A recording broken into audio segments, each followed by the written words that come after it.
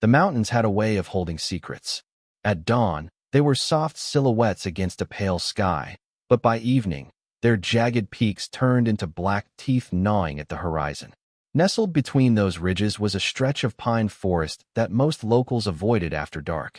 The wind through the trees carried a sound, low and mournful, as though the earth itself remembered something too painful to speak aloud. Before we start, I have a small request. If you love emotional wildlife stories that touch the heart, please subscribe to our channel. Your support helps us bring more true-to-life tales like this to you. On the third morning after the storm, she heard it. The wildlife rehabilitator, 34, city-born but hardened by solitude, was walking the edge of the old service trail when it sliced through the trees like a threadbare scar. She came here every day, sometimes with her field kit, sometimes with nothing but a thermos and her stubborn will to stay hidden from the rest of the world. She had moved here a year ago after everything fell apart. A life she didn't talk about, a name she no longer answered to when strangers recognized her in half-forgotten news clippings. Here, she thought, she could breathe. Here, the only headlines were wind and rain carving paths through the forest floor. That morning, the fog clung low, curling around her boots like pale smoke. Birds had gone silent. Then it came, a sound so thin it almost didn't belong in the wild. A mew, high-pitched, fragile. A kitten? She froze, heart stalling against her ribs. There were feral cats out here, sure, but something about this cry felt wrong. It wasn't just hunger. It was desperation, the kind that claws through the air like fingers scratching glass. She moved toward it, boots pressing into the damp mulch. The pines stood close together, their trunks streaked black from last winter's fires. She ducked under a branch heavy with needles, listening hard. The sound came again, closer. This time, a stuttering little cry, then silence, like breath held between sobs.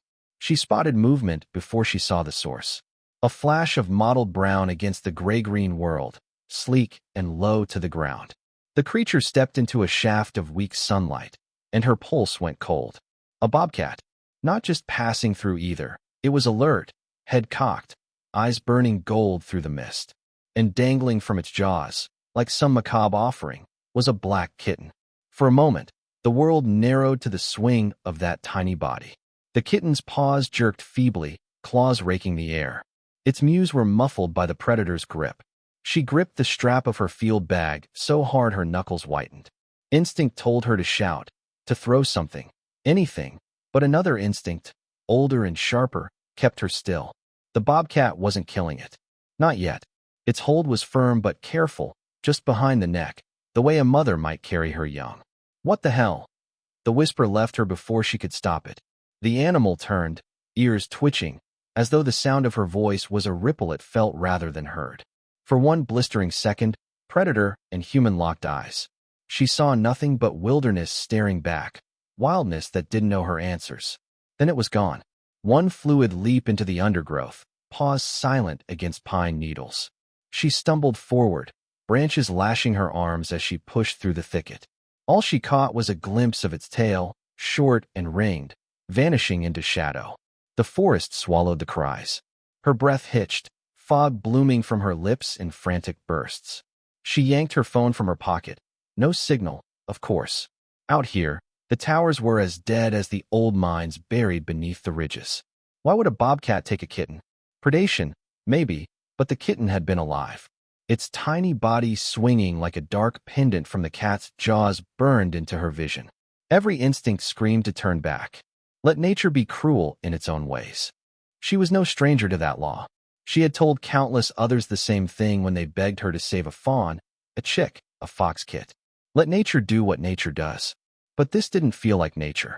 It felt like a question, and questions had teeth. She slid the strap of her bag higher on her shoulder and started after the tracks. The ground was soft from the storm, pocked with prints that bled into one another. The deep cups of deer hooves, the ragged scars of wild boar, and there, cutting through like signatures, the rounded pads of a bobcat. She followed them deeper into the trees, heart drumming a rhythm she hadn't felt in years. One that had nothing to do with fear and everything to do with something she couldn't name yet. The kitten's cry lingered in her ears like a thread of smoke curling toward a fire she couldn't see. And for the first time since she came to these mountains to hide from the world, she felt the world stirring to meet her halfway. Teeth bared, tail flicking, eyes bright as coins in the dark. Something was waiting in these woods. Something that didn't belong to hunger alone. The trail wasn't really a trail anymore, just the ghost of one, veiled in moss and needles. It wound like a question mark through the pines, curling toward the ridges where light died early. She moved fast, though the forest made sure she paid for every step. Branches whipped her jacket. Thorns raked her palms when she stumbled on the slick incline. But she didn't stop. She couldn't. Not when the bobcat's prints carved such a stark path through the mud, leading her deeper into the spine of the mountains.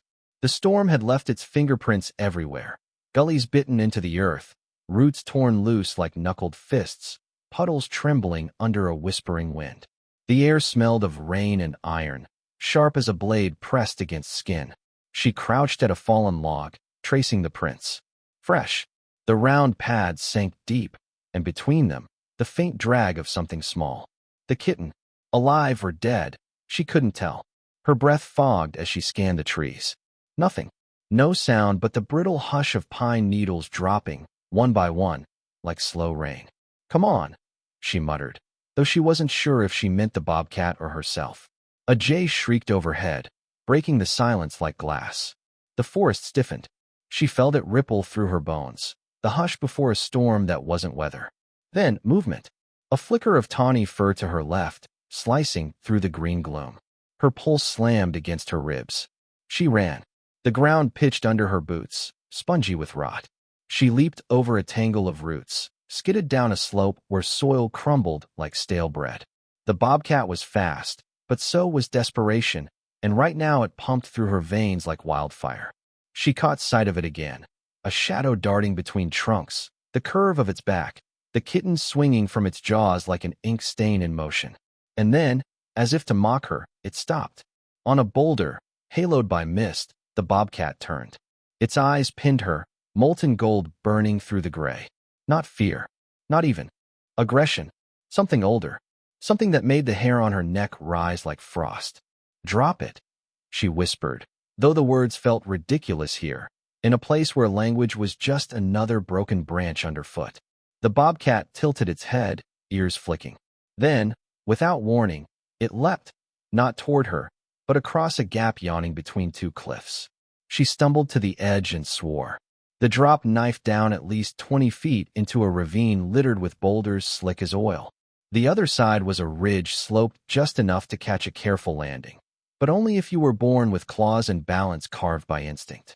The bobcat vanished into the shadows beyond. Her gut told her this was over. That sane people turned back here, because what waited ahead wasn't a story with neat edges. It was teeth and bone and gravity, and no one would write the ending for her if she fell. But then she heard it, the cry. Thin, trembling, alive. She scanned the edge, heart pounding like a fist on a locked door. There, a narrow ledge, half swallowed by brambles, leading down into the ravine. If she angled right, if she trusted her boots and didn't think about the drop yawning under her feet, she could make it. She climbed. Every muscle screamed. The ledge crumbled in places, sending pebbles skittering into the dark like sparks. She pressed her shoulder to the rock, inching sideways, fingers clawing for holds slick with moss. Halfway down, her boot slipped. For one blistering second, her body swung out over the void, tethered only by her grip on a root as thin as her wrist. Pain lanced her shoulder. She bit down on a scream, dragged herself back against the rock, lungs burning. "Don't look down. Don't." She made the bottom with knees shaking so hard they barely held her. The ravine smelled of wet stone and something coppery, something that made her think of wounds that didn't belong to her.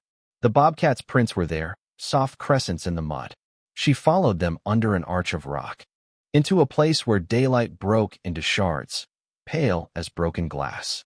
The air was colder here, damp curling her hair against her forehead. Then, another sound. Not the kitten. Deeper.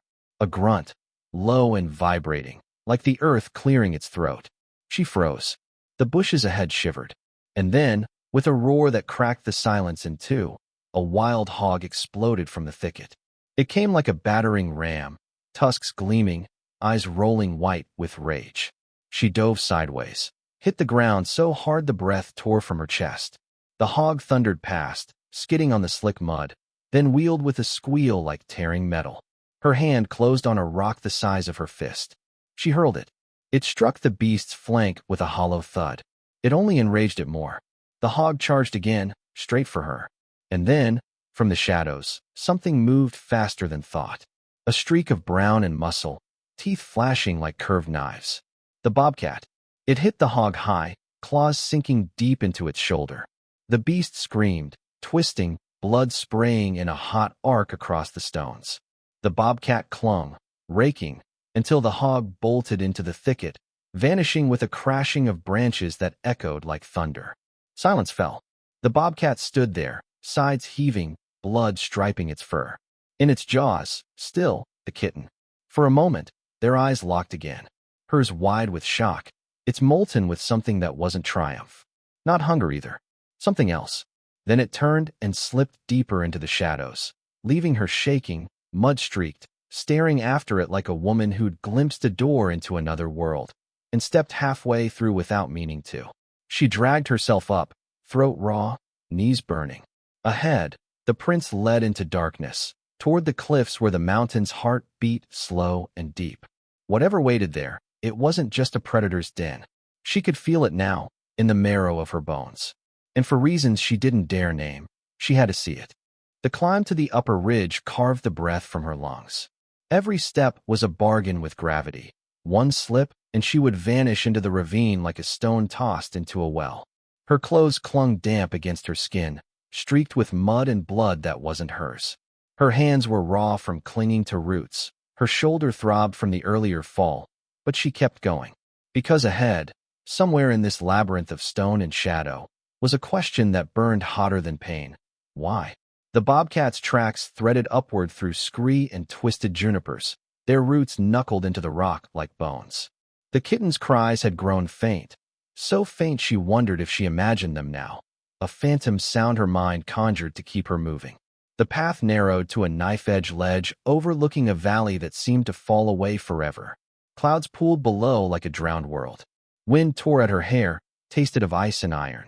She pressed her body to the rock, inching along until the ledge widened and dipped into shadow.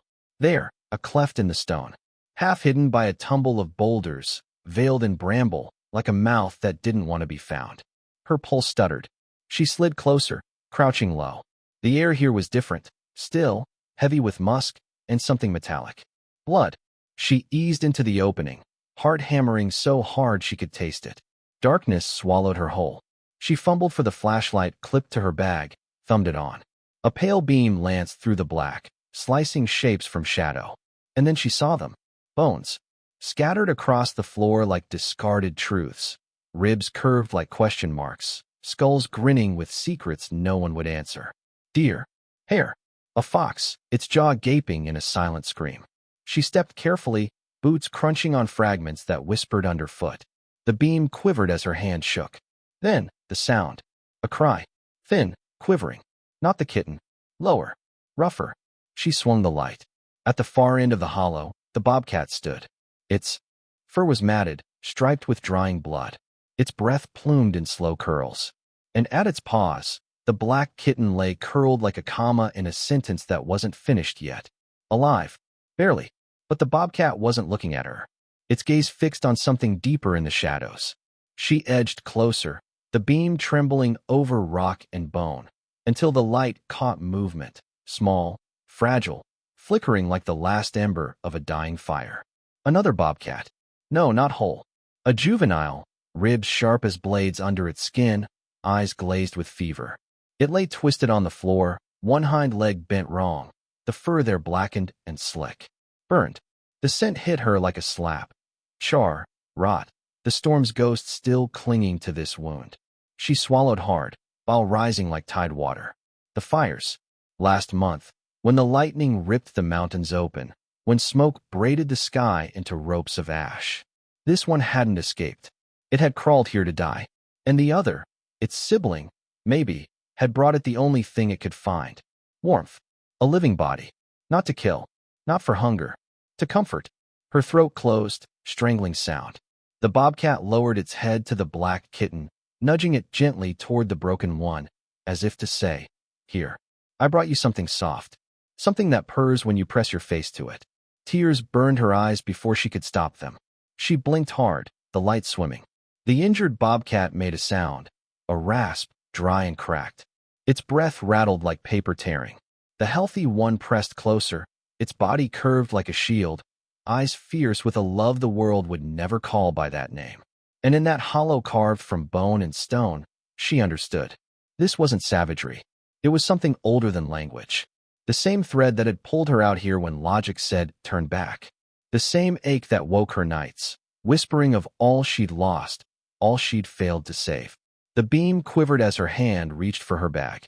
Her mind raced with what she had: saline, bandages, antibiotics, not nearly enough. But maybe enough to buy time. "Easy," she breathed, though the word was for herself as much as them. The bobcat turned then, molten eyes pinning her, the kitten dangling like a charm from its jaws. Blood striped its muzzle, but not from violence. No, from the fight with the hog, the battle it had waged not for itself, but for this broken thing on the cave floor. For a second, predator and human stared across the gulf of everything the world said they were. And then, she moved. She didn't remember deciding to do it, only that her hands were moving, laying out gauze, syringes, the small vials she carried like talismans. The bobcat watched, body taut as a bowstring, tail lashing in sharp arcs. Its breath rasped, its chest rising and falling like a drumbeat in the dark. The injured one whimpered, a sound that carved her in two. She had seen pain before, more times than she could count, but this was different. This was a wild thing breaking, and all the world would do was look away. "Not today," she whispered, though her voice trembled like the beam of her light. She slid the gloves on, knelt low. The heat in the hollow pressed close, smelling of musk and blood and something bitter. Fear, maybe, hers or theirs, she couldn't tell. The bobcat growled when she reached for the injured one, a sound like stones grinding in the earth. She froze, heart thundering. Its eyes blazed, the color of forged metal. "Let me help," she breathed, and for one strange moment, she swore the forest leaned in to listen. A beat passed. Two. Then, slowly, the bobcat stepped back. Not far, just enough. She worked fast, her hands steady because they had to be. She flushed the wound, biting down on a gasp when the smell hit. Rot blooming under burned flesh. Infection deep as roots. She injected antibiotics, painkillers, whispering words she didn't remember choosing, soft nonsense that spilled like water over stone. And all the while, the healthy bobcat crouched close, eyes never leaving hers, the kitten cradled between its paws like something fragile enough to shatter on a breath. Then, a sound outside. Low, distant, like the mountain clearing its throat. Thunder. She glanced toward the cleft, and her stomach turned to stone. The sky wasn't gray anymore. It was bruised purple, shot through with veins of lightning. Wind howled through the gap, scattering needles like knives. The storm was back. "Not now," she muttered, shoving the last syringe into her bag.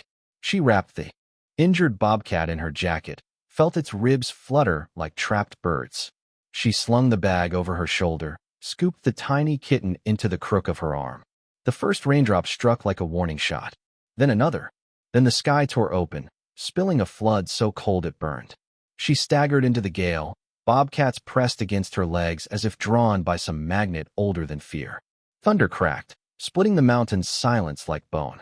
The wind roared, shoving at her with hands she couldn't fight. And then, fire. Not from the sky, from the trees. Lightning had kissed the ridge, and now flames licked up the trunks, hungry and bright. Smoke poured like a living thing, choking, clawing at her throat. She ran. Branches lashed her face, sparks stung her skin. The bobcats streaked ahead, their bodies dark commas against the flames, doubling back when she fell behind as if the wild had rewritten its own laws for this one night. A tree crashed behind her, splitting like thunder, sparks geysering into the rain. Heat seared her back, smoke blinding her eyes, but she kept moving, muscles screaming, lungs tearing themselves raw. And through it all, one thought, sharp as a blade: not again. Not this time. I won't lose them too. She burst from the trees at dawn, smoke still curling from her hair like whispers. The world beyond the ridge glowed with the washed-out light of survival, pale and stunned. Rain hissed on embers as if the sky was apologizing for what it had done. She staggered down the slope toward the outpost. Nothing more than a shack with a radio and a cot, but it might as well have been a cathedral. Her knees buckled on the threshold, and for a moment all she saw was the floor rising to meet her. Then hands, strong, calloused, hauling her up. A voice cutting through the roar in her ears. The ranger, face carved from worry and disbelief. "What the hell happened to you?" She couldn't answer. Not yet. She just sank to the floor, clutching the bundle in her arms. The kitten, its tiny chest fluttered like a moth's wings. Alive. The jacket stirred. A weak sound leaked from inside, and the ranger's eyes went wide when she peeled it back. A bobcat? Jesus Christ. Not what you think, she rasped, voice raw as ash. She worked while the ranger fetched water, her fingers a blur of gauze and breath. The injured bobcat shivered, but it was breathing, holding on. And the other, its shadow at the door, golden eyes burning through the pale light like a secret that wouldn't die. Hours passed like years. The storm crawled away, muttering on the horizon. The fire lay broken in its own ashes. And in that shack where man and wild had no business touching hands, something fragile anchored itself and refused to break. When the juvenile finally slept, its fever dipping under the tide of medicine, she sank back, throat thick with something too old for words. The ranger sat across from her, shaking his head like a man watching the world tilt sideways. It carried the kitten all this way? What? She looked at the doorway, at the shadow that lingered just beyond the threshold, tail twitching like a question. Because, she said softly, it didn't want it to die alone. The words hung there, heavy as the smoke still clinging to their clothes. And in them lived everything. The ache of instinct, the hunger for something soft when the world goes sharp, the truth that even teeth can cradle when they choose. Later, when the kitten purred against the steady rise of its new guardian's breath, when the wild no longer looked like something that had to be tamed, but something that had to be understood, she felt it. A door closing in her past, another opening here, raw and bright as dawn. The story spread, of course. People called it a miracle, a mystery. They never understood. But she did. It wasn't a miracle. It was love, feral and fierce and older than fire. And for the first time since she came to these mountains to disappear, she didn't feel lost anymore.